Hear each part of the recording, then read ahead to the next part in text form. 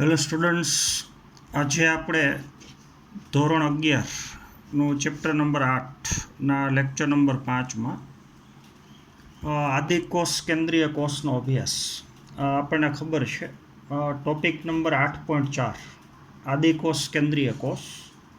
ચાલો, અથવા એને તમે પ્રોકેરિયોટિક સેલે કહી શકો.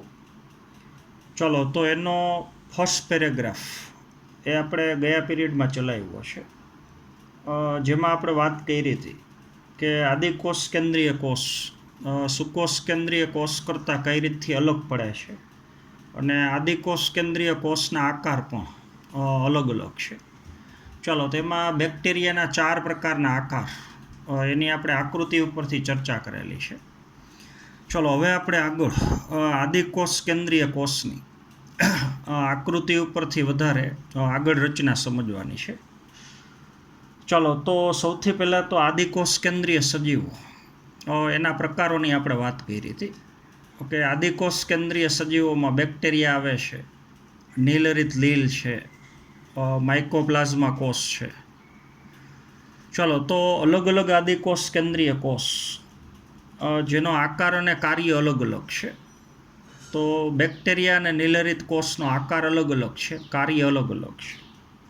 ચાલો, હવે અલગ અલગ પ્રકારના આદિકોષ કેન્દ્રીય કોષ, એનું કાર્ય અને એનું સંગઠન, એનો આકાર છે એ ભિન્ન પ્રકારનો છે, પણ એનું મૂળભૂત સંગઠન, મૂળભૂત આયોજન, કોષનું મૂળભૂત બંધારણ એ આકાર અને કાર્ય અલગ અલગ હોવા છતાં એનું મૂળભૂત આયોજન એક સરખું છે. ચાલો, તો બધા આદિકોષ કેન્દ્રીય કોષને ભેગા મળીને આપણે બતાવવાના છે. ચાલો, પણ એમાં સમજ માટે આપણે બેક્ટેરિયાનો કોષ ડ્રો કરીએ છીએ.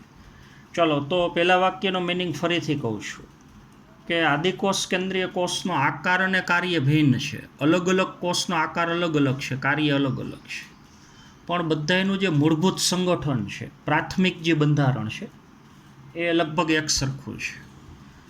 ચાલો, તો દરેક આદિકોષ કેન્દ્રીય કોષમાં ફરતી બાજુ ઘેરીને આવેલું એક આવરણ છે, જેને આપણે કોષરસ પટલ કહીએ છીએ.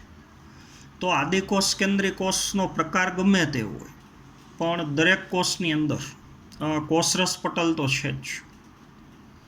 ચલો, એવી જ રીતથી દરેક આદિકોષ કેન્દ્રીય કોષમાં કોષરસ પટલની ફરતી બાજુ ઘેરીને એક બીજું આવરણ છે. ચાલો, એને આપણે કોષ દિવાલ કહી શકીએ.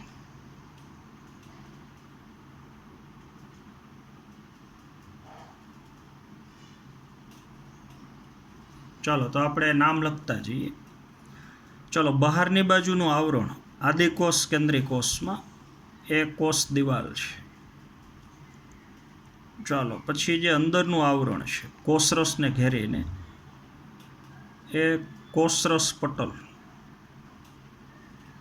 ચાલો, અથવા એને તમે કોષરસ તરે કહી શકો.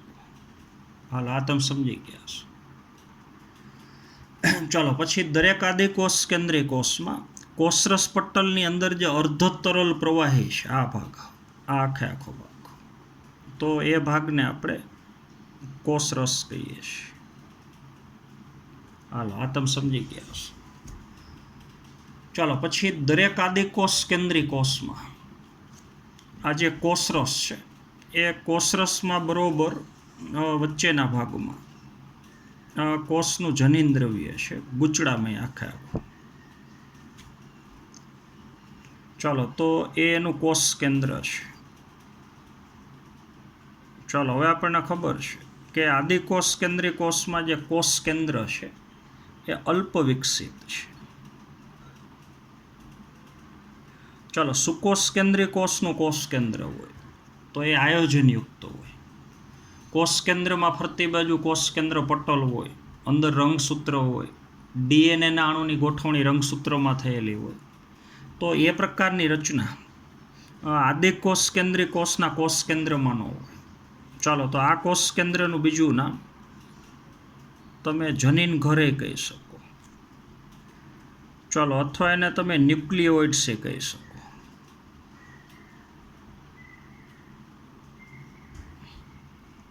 ચાલો, તો એ કોષ કેન્દ્રની અંદર બે ઘટકો છે. ચાલો, એક તો ડીએનએ છે. ડીએનએ એટલે કહી શકો ન્યુક્લિક એસિડ. ચાલો, અને પ્લસ ભેગું ચાલો બિન હિસ્ટોન પ્રોટીન છે. ચલો, અહીંયા તમારે ખાસ યાદ રાખવાનું છે કે આદિકોષ કેન્દ્રી કોષો એના કોષ કેન્દ્રમાં હિસ્ટોન પ્રોટીન ન હોય. જો સુકોષ કેન્દ્રી કોષ હોય તો એના કોષ કેન્દ્રમાં બે પ્રોટીન હોય. હિસ્ટોન પ્રોટીન એ હોય ને બિન હિસ્ટોન પ્રોટીન એ હોય. હિસ્ટોન સમૂહ ધરાવતું પ્રોટીન, અને અહીંયા જે પ્રોટીન છે એ બિન હિસ્ટોન પ્રોટીન છે. ચલો, એની વધારે વાત પછી આપણે આગળ કરશું. અત્યારે તમારે યાદ રાખવાનું છે. તો કોષ કેન્દ્રની અંદર ન્યુક્લિક એસિડ એ છે ને પ્રોટીન એ છે, એટલે બેને ભેગું કરી નાખો તો એને ન્યુક્લિયો પ્રોટીન કહેવાય. ચાલો, તો આખું કોષ કેન્દ્ર ન્યુક્લિયો પ્રોટીન સ્વરૂપે છે. ચાલો, તો ન્યુક્લિક એસિડ અને પ્રોટીન ભેગા મળવાથી આખી જે રચના બની એ ન્યુક્લિયો પ્રોટીન બન્યું. તો એને તમે બીજું નામ ન્યુક્લિયોઇડ્સ કહી શકો. તો આપણને એમ કહે કે કયા સજીવોમાં કોષ કેન્દ્ર ન્યુક્લિયોઇડ સ્વરૂપે છે, તો બેક્ટેરિયા અથવા આદિકોષ કેન્દ્રી કોષ. હાલો, આ તમે સમજી ગયા છો. જોજો, હવે અગત્યની વસ્તુ, કોષમાં જે કોષ કેન્દ્ર છે તો એ કોષ કેન્દ્રમાં ફરતી બાજુ કોષ કેન્દ્ર પટલ નથી. તો જે કોષના કોષ કેન્દ્રમાં ડીએનએની ફરતી બાજુ કોષ કેન્દ્ર પટલ ન હોય તો એને આપણે આદિકોષ કેન્દ્રી કોષ કહીએ છીએ. તો આ જે કોષ છે એ આદિકોષ કેન્દ્રી કોષ. ચાલો, આ તમે સમજી ગયા છો. જોજો, હવે કોષના મધ્ય ભાગમાં જે ડીએનએનું અણુ છે એ બેક્ટેરિયાનું જનીન દ્રવ્ય છે. તો આખો ડીએનએનો અણુ ચાલો ખરેખર ગોળાકાર રિંગ સ્વરૂપે છે, વલયાકાર આ રીતથી છે.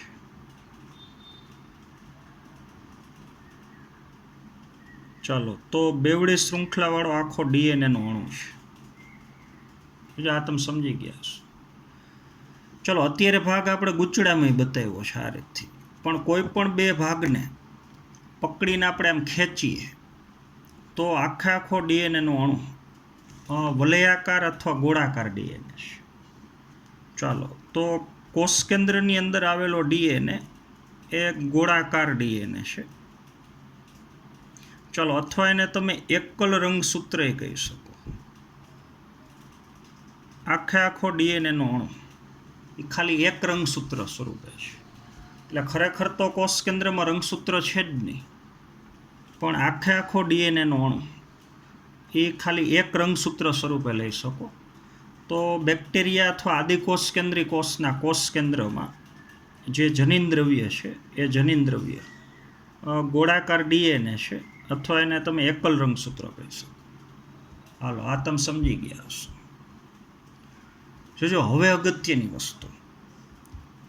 ચાલો, હવે અમુક બેક્ટેરિયામાં, બધા બેક્ટેરિયામાં નહીં, જો બરોબર ખાસ યાદ રાખવાનું છે.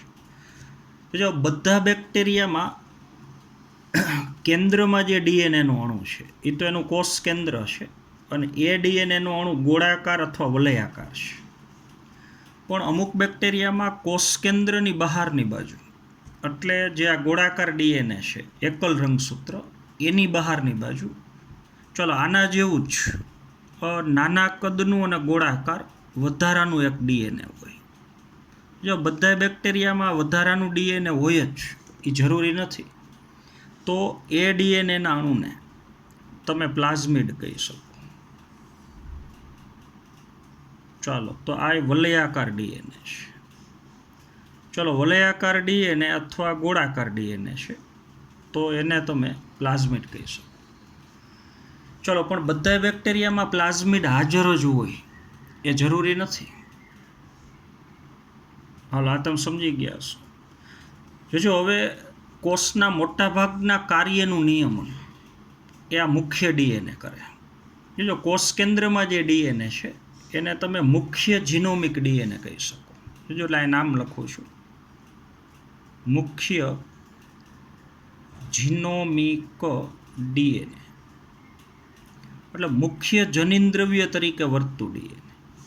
પણ અમુક બેક્ટેરિયામાં મુખ્ય જે જીનોમિક ડીએનએ છે, જો પહેલાં તો આ ગોળાકાર ડીએનએ એ આખો કોષ કેન્દ્રમાં ગૂંચળું વળીને આમ છે ગોળાકાર, પણ એની ગોઠવણી આમ ગૂંચળામાં છે અને ભેગા પ્રોટીનના અણુ હોય છે આજુબાજુમાં બાંધી રાખવા માટે. ચલો, હવે મુખ્ય જીનોમિક ડીએનએની બહારની બાજુ આવેલું વધારાનું અને ગોળાકાર વલયાકાર ડીએનએ, તો એને તમે પ્લાઝમિડ કહી શકો. તો અમુક બેક્ટેરિયામાં પ્લાઝમિડ હાજર છે અને અમુક બેક્ટેરિયામાં પ્લાઝમિડ ગેરહાજર છે. જોજો, તો એ પ્લાઝમિડને બહાર હું મોટું કરીને બતાવું છું. ચાલો, આ ગોળાકાર ડીએનએ છે પ્લાઝમિડ. જોજો, એ પ્લાઝમિડની અંદર બે પ્રકારના જનીન છે. ચાલો, આ લીટીવાળો ભાગ બતાવું એ જનીન છે. ચાલો, આ પ્લાઝમિડ છે અને પ્લાઝમિડમાં બે પ્રકારના જનીન છે. જોજો, આ જે જનીન છે આ, ચાલો એને એફ જનીન કહી શકો. ચાલો, એટલે ફળદ્રુપ જનીન, એ ફળદ્રુપતા માટે જવાબદાર છે, એટલે ફર્ટિલાઇઝિંગ જીન કહી શકો. તો ફર્ટિલાઇઝિંગ જનીન ઉપરથી એને કહી શકો એફ જનીન. ચાલો, ને અહીંયા એક આર જનીન છે. જો ખાસ યાદ રાખવાનું છે, અમુક બેક્ટેરિયામાં આવું પ્લાઝમિડ હાજર હોય અને એ પ્લાઝમિડની અંદર બે પ્રકારના જનીન છે. પ્લાઝમિડમાં ઘણા બધા જનીન છે, પણ એમાં મુખ્ય જનીન બે છે. એક એફ જનીન છે અને એક આર જનીન છે. જો તો આપણે અંદર એ બતાવી દઈએ. ચાલો, જો બેક્ટેરિયામાં પ્લાઝમિડ હાજર હોય, જો બરોબર સમજો, પ્લાઝમિડ હાજર હોય તો અહીંયા એફ જનીને હાજર હોય તો આ કોષને તમે એફ પ્લસ કોષ, એટલે એ નર બેક્ટેરિયા તરીકે વર્તે છે એવું કહી શકો. જો હવે બીજું બેક્ટેરિયા બતાવું બાજુમાં. ચાલો, દાખલા તરીકે એ બેક્ટેરિયામાં અંદર કોષ કેન્દ્ર પટલ, આપણે કોષરસ પટલ છે અને બહારની બાજુ કોષ દિવાલ છે. ચાલો, પછી આ બેક્ટેરિયાનું કોષ કેન્દ્ર ગૂંચળામાં આખું. હાલો, હવે આ બેક્ટેરિયામાં પ્લાઝમિડ નથી. જોજો, પ્લાઝમિડ ન હોય તો આ એફ જનીન ન હોય તો આ કોષને તમે એફ માઇનસ કોષ કહી શકો. તો એ મોટા ભાગે માદા તરીકે વર્તે છે. ચલો, તો એફ પ્લસ બેક્ટેરિયા અને એફ માઇનસ બેક્ટેરિયા, એટલે કે નર બેક્ટેરિયા અને માદા બેક્ટેરિયા, એવા પ્રકાર આ એફ જનીન ઉપરથી પડે છે. ચાલો, હવે બીજી વસ્તુ જોજો. હવે જે બેક્ટેરિયામાં પ્લાઝમિડ હાજર હોય તો એમાં આ એફ જનીન હાજર હોય, ફર્ટિલાઇઝિંગ જીન. ચલો, એ હાજર હોય તો બેક્ટેરિયાના કોષની સપાટી ઉપર જોજો આવી પ્રોટીનની બનેલી નલિકાઓ હાજર હોય. ચલો, બરોબર સમજવાનું છે. પ્રોટીનની બનેલી નલિકા. ચાલો, તો એ રચનાને તમે પીલી કહી શકો. આ પ્રોટીનની બનેલી જે રચના છે એ રચનાને કહી શકો પીલી. ચાલો, એટલે જે બેક્ટેરિયાના બાહ્ય સ્વરૂપમાં, બાહ્ય દેખાવમાં જો કોષની સપાટી ઉપર આવી પ્રોટીનની બનેલી નલિકામય રચના પીલી હાજર હોય તો સમજવાનું કે એ બેક્ટેરિયા એફ પ્લસ નર બેક્ટેરિયા છે. ચાલો, હવે માદા બેક્ટેરિયાના કોષની સપાટી ઉપર અહીંયા પીલી ગેરહાજર છે, કારણ કે એમાં પ્લાઝમિડ ગેરહાજર છે. જો હવે એફ માઇનસ બેક્ટેરિયામાં પ્લાઝમિડ ન હોય, પ્લાઝમિડ ન હોય તો આ એફ જનીન ન હોય, એફ જનીન ન હોય તો આ પીલી ન હોય, કારણ કે પીલીનું નિર્માણ જ એફ જનીન કરે. જોજો, હવે નર બેક્ટેરિયા આ પીલી દ્વારા અમુક દ્રવ્ય માદા બેક્ટેરિયાને આપે લિંગી પ્રજનન દરમિયાન. જોજો, લિંગી પ્રજનનની ક્રિયામાં એફ પ્લસ ને એફ માઇનસ બે બેક્ટેરિયા જોડાય, એટલે નરમાંથી જનીન દ્રવ્ય આ પીલી દ્વારા માદા બેક્ટેરિયામાં દાખલ થાય. તો આ દાતા કોષ છે અને આ ગ્રાહી કોષ છે. જો આ દ્રવ્ય આપે છે ને આ દ્રવ્ય ગ્રહણ કરે છે. હાલો, પછી એમાં લિંગી પ્રજનનની ક્રિયા થઈ નવા બેક્ટેરિયા બને છે. ચાલો, તો બેના બાહ્ય સ્વરૂપમાં ફેરફાર છે. આના બાહ્ય સ્વરૂપમાં પીલી હાજર છે અને આના બાહ્ય સ્વરૂપમાં કોષની સપાટી ઉપર પીલી ગેરહાજર છે. તો કોષ કેન્દ્રની બહારની બાજુ જે વધારાનું ડીએનએ, વલયાકાર ડીએનએ પ્લાઝમિડ છે, એ પ્લાઝમિડનો ફાળો બાહ્ય સ્વરૂપની અંદર અથવા બાહ્ય રચનામાં જે ફેરફાર છે એના માટેનો ફાળો છે.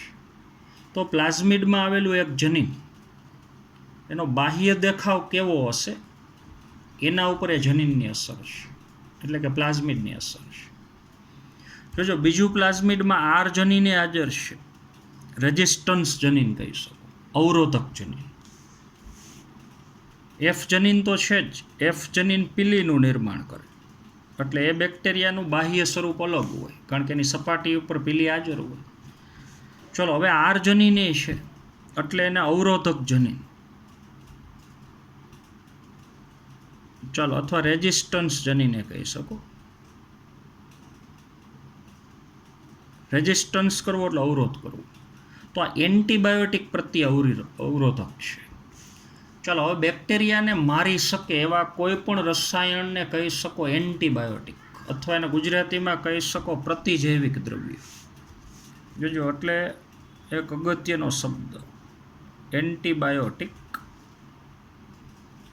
ચાલો, અથવા એને કહી શકો પ્રતિજૈવિક દ્રવ્ય ગુજરાતી. ચાલો, બેક્ટેરિયા ઉપર કોઈ રસાયણ નાખો, જોજો બરોબર સમજો, અને બેક્ટેરિયા મૃત થઈ જાય તો સમજવાનું કે એ રસાયણ એન્ટીબાયોટિક છે. તો સૂક્ષ્મજીવ બેક્ટેરિયાને મારી શકે એવા રસાયણને કહેવાય એન્ટીબાયોટિક. જોજો, હવે જે બેક્ટેરિયામાં પ્લાઝમિડ હાજર હોય, જોજો બરોબર સમજો, એમાં આર જનીન હાજર હોય, તો આ બેક્ટેરિયા ઉપર તમે એન્ટીબાયોટિક નાખો તો એન્ટીબાયોટિક પ્રત્યે આ બેક્ટેરિયા અવરોધક છે.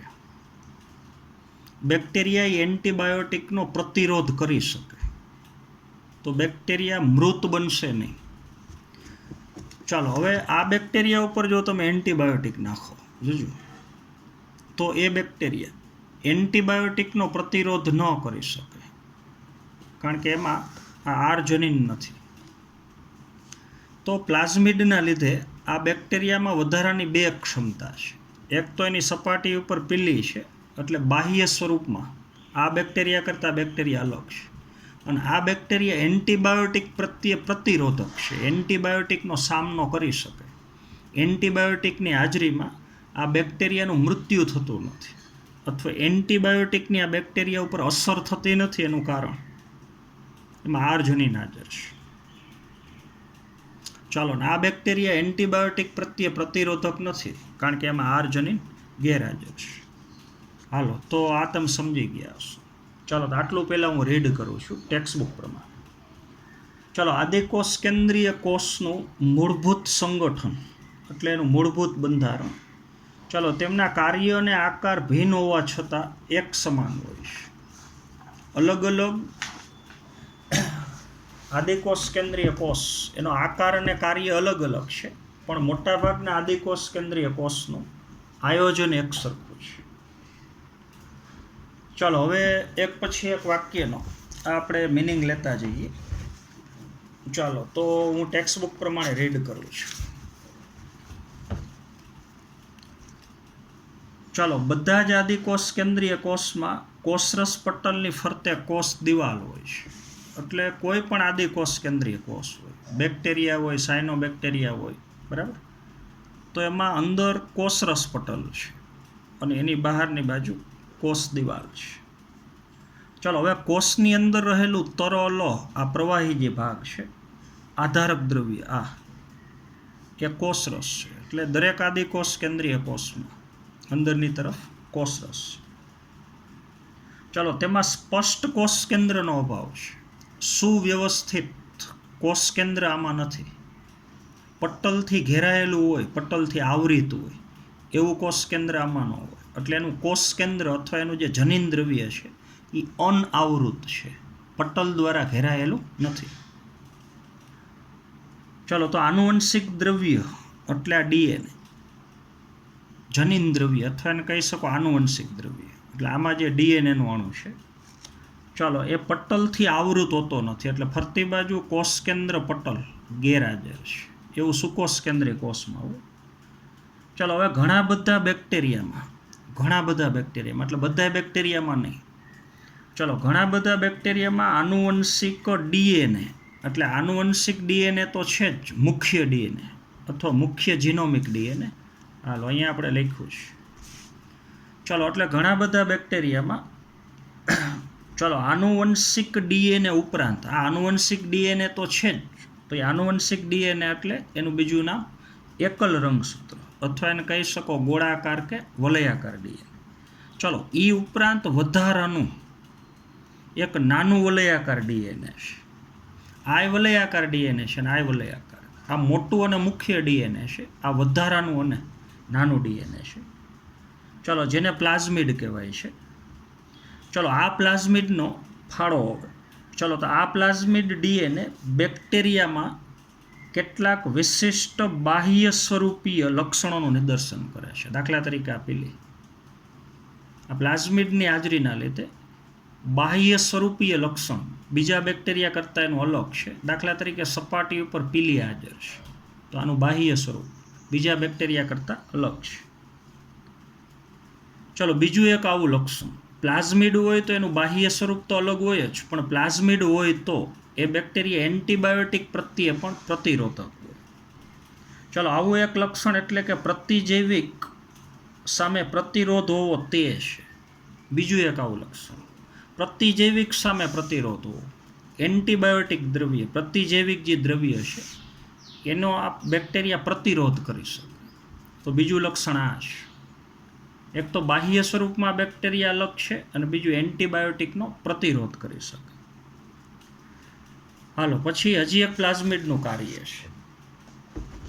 જો આ બેક્ટેરિયાને તમે રૂપાંતરિત બેક્ટેરિયામાં ફેરવી શકો. જો કઈ રીતથી સમજવાનું છે. ચલો, દાખલા તરીકે અન્ય સજીવના ડીએનએનો ટુકડો છે, અન્ય સજીવ બેક્ટેરિયા સિવાયનો. ચાલો, તો આને તમે પરજાત ડીએનએ અથવા આને તમે વિદેશી ડીએનએ કહી શકો. જો અથવા આને તમે બાહ્ય ડીએનએ કહી શકો. ચાલો, હવે ઉત્સેચકોની મદદથી બીજા કોઈ સજીવનું આ જે જનીન છે ડીએનએ, એને તમે આ પ્લાઝમિડ સાથે જોડી શકો.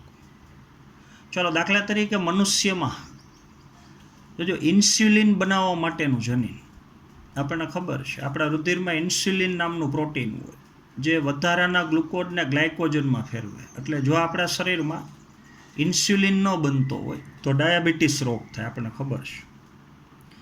તો હવે આપણે એવું કરવું છે કે આપણા શરીરમાં બનતું ઇન્સ્યુલિન આ બેક્ટેરિયામાં બનાવવું છે.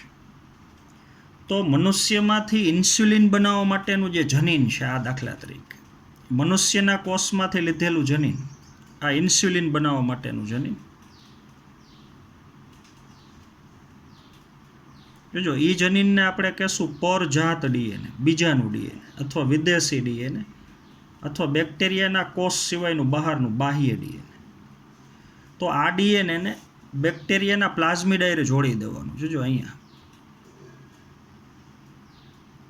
તો હવે જો આ પ્લાઝમિડને બેક્ટેરિયામાં દાખલ કરી દો તો બેક્ટેરિયાના પ્લાઝમિડમાં એક વધારાનું બાહ્ય ડીએનએ થઈ ગયું. જોજો, તો હવે આ સામાન્ય બેક્ટેરિયા નથી, રૂપાંતરિત બેક્ટેરિયા થઈ ગયા, આ જનીન પરિવર્તિત બેક્ટેરિયા થઈ ગયા. આ બેક્ટેરિયાના જનીન બંધારણમાં કૃત્રિમ રીતે આપણે ફેરફાર કર્યો. ચલો, હવે આપણા શરીરમાં આ જનીન ઇન્સ્યુલિન બનાવતું હતું, તો એ જ જનીન હવે બેક્ટેરિયા પાસે છે. તો હવે આ બેક્ટેરિયા પણ ઇન્સ્યુલિન બનાવી શકે અને પછી બેક્ટેરિયામાંથી ઇન્સ્યુલિનની અલગ તારવણી કરી અને ડાયાબિટીસની દવા માટે એ ઇન્સ્યુલિનનો આપણે ઉપયોગ કરી શકીએ. ચાલો, તો પ્લાઝમિડના લીધે સામાન્ય બેક્ટેરિયાનું આપણે રૂપાંતરિત બેક્ટેરિયા, જનીન પરિવર્તિત બેક્ટેરિયામાં રૂપાંતરણ કરી શકીએ. આ બાહ્ય ડીએનએ આ પ્લાઝમિડમાં ઉમેરીને આપણે અહીં જોડી શકીએ. તો કુદરતી રીતે બેક્ટેરિયા પાસે આ જનીન ન હોય, કૃત્રિમ રીતે એ જનીન આપણે પ્લાઝમિડમાં એડ કરેલું છે. હાલો, તો આગળનું થોડુંક વાંચું છું.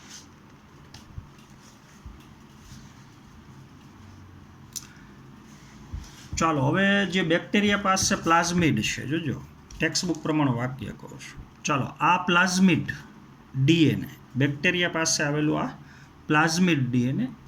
ચાલો બેક્ટેરિયામાં જો બાહ્ય એટલે પરજાત ડીએનએના રૂપાંતરણને સંચાલિત કરે છે. તો બેક્ટેરિયા પાસે આવેલું પ્લાઝમિડ, એમાં જો આપણે બાહ્ય પરજાત ડીએનએ જોડી દઈએ તો બેક્ટેરિયા રૂપાંતરિત થઈ જાય. તો એ રૂપાંતરણને સંચાલિત કરતો ઘટક આ પ્લાઝમિડ છે. ચાલો હવે પછીનું વાક્ય તમને ખબર છે, કોષકેન્દ્ર પટલ માત્ર સુકોષકેન્દ્રીય કોષમાં જોવા મળે છે. સુકોષકેન્દ્રીય કોષનું કોષકેન્દ્ર હોય તો એમાં ફરતી બાજુ કોષકેન્દ્ર પટલ હોય. તો એવું કોષકેન્દ્ર પટલ આ આદિકોષકેન્દ્રીય કોષમાં ન હોય. ચાલો અંગિકાનો તફાવત એ ખબર છે.